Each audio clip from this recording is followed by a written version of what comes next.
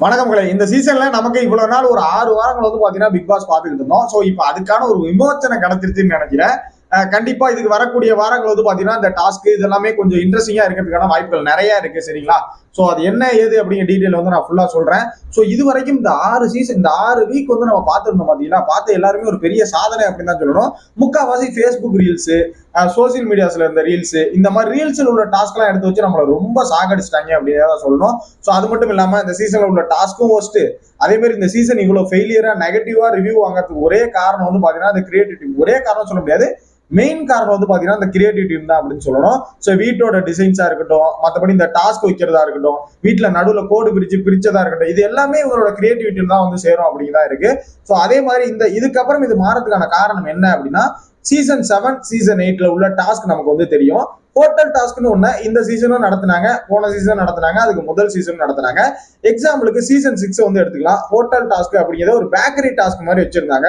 அது activity area, அதாவது வெளியில கார்டனிங் ஏரியால வந்து அந்த பேக்கரி டாஸ்க் அப்படிங்கிறத வந்து வச்சிருந்தாங்க.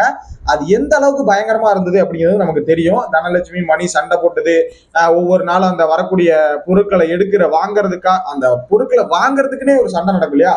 சோ அந்த மாதிரி டாஸ்க் எல்லாம் இவங்களோட இந்த அன்புக்கரசி இவங்களோட டீம்ல இருந்து தான் வந்து பாத்தீங்கன்னா நடந்துச்சு. சோ பயங்கரமான டாஸ்க் எல்லாமே அவங்க டீம்ல வந்து நடந்துச்சு. சோ அதே வந்து பாத்தீங்கன்னா இப்ப ரீப்ளேஸ் பண்ண போறாங்க. அன்புக்கரசி டீம் ரீப்ளேஸ் பண்ணிருக்காங்க.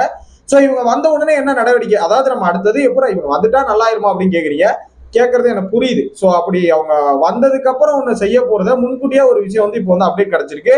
வந்த உடனே குறுக்க இருந்த கோட்டை தூக்கிட்டாங்க. நிறைய பேரோட கமெண்ட் என்னவா இருந்துச்சு அப்படின்னா, குறுக்க இருந்த கோடு இருக்கிறதா பிரச்சனை, இது இல்லைனாலே நிறைய கண்டென்ட் வந்து கிடைக்கும், நிறைய இன்ட்ரெஸ்டிங்கா போகும் அப்படிங்கிறதா. சோ அதே மாதிரியே வந்த உடனே வந்து பாத்தீங்கன்னா அந்த குறுக்க இருக்கிற கோடை வந்து தூக்கிட்டாங்க தான் சொல்லணும். சோ கண்டிப்பா இதுக்கப்புறம் டாஸ்க் வந்து கொஞ்சம் இன்ட்ரெஸ்டிங்கா இருக்கும். இந்த ரீல்ஸ்ல பார்த்த டாஸ்க் எல்லாம் நம்ம பார்க்க வேண்டியது இருக்காது. சோ இந்த டீம் பெஸ்டா பண்ணுவாங்கன்னு நான் நம்புறேன். சோ நல்லா பண்ணா நல்லா இருக்கும், இல்லைன்னா எல்லாரும் மூட்டையை கட்டிட்டு கிளம்ப வேண்டியதுதான்.